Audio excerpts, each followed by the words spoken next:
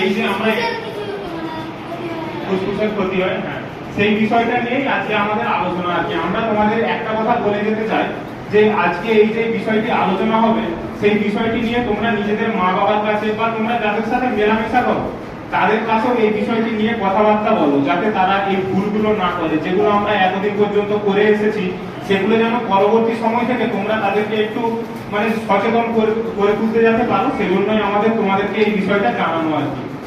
স্বাস্থ্য সচেতনতার মূল উদ্দেশ্য হলো আমাদের নিজেদের স্বাস্থ্যটি ভালো রাখা। স্বাস্থ্যই সম্পদ, এই কথাটা হয়তো তোমরা সকলেই শুনেছো।